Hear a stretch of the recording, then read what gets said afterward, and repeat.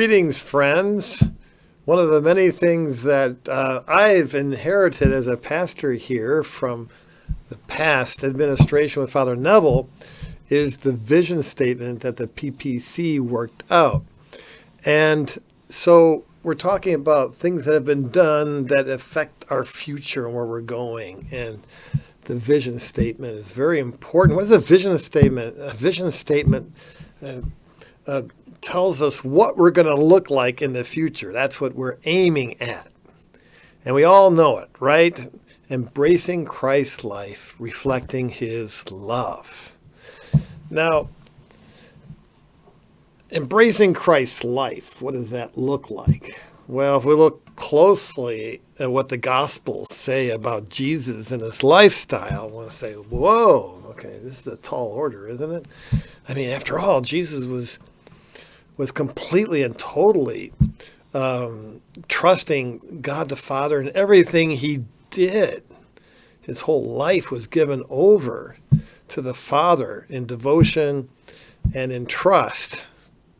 Not only that, everything he did was through the power of the Holy Spirit. And what did he do? He did all these wonderful miracles, right? He had a supernatural life.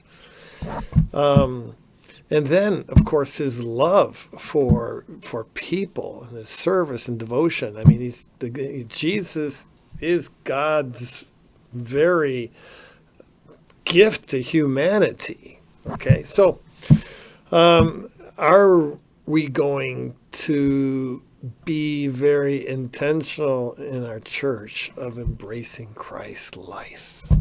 It's going to take a lot of work, dear brothers and sisters. Think of all the formation that's going to have to go on to strengthen our marriages, to strengthen everything we do around here so that we are oriented to Christ's life. Right? So, that's what we're about. Then reflecting his love. What does that look like? Well, I like the word self-gifting because that's what God did to Jesus Christ. He gifted himself to all of us, humanity. And that means we live for each other, okay? We live for God. And when we embrace Christ's life so that we can reflect his love, wow, when we unpack it, it's like, whoa. And it's something we have to do together. We can't do it individually. We do it together.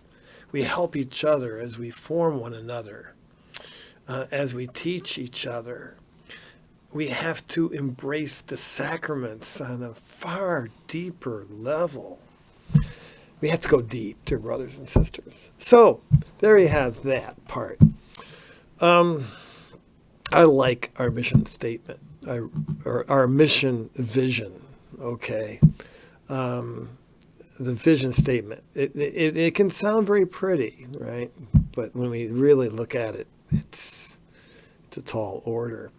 And in other words, we've talked about being missionary disciples, okay? And I've used that often over the last year and a half. And I'm not sure if it connects with us very well. I understand me coming from a Baptist background, when we talked about a missionary, that's everything I did not want to be, wearing safari clothes and a hat, going out in the jungles and stuff like that. That's not for me. And a disciple means discipline. Discipline. These are not quite words that draw us in.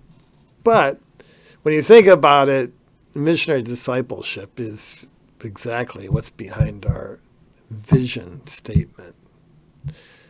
Embracing Christ's life, reflecting his love. So, if I ever use the term missionary disciple, you know what I mean. Let's go back to the vision that we have. And again, this is something I didn't dream up. This is something the church, has done, the PPC, before I became pastor. And I'm embracing it wholeheartedly, and I'm hoping that you can, so that we can reflect God's love. God bless you.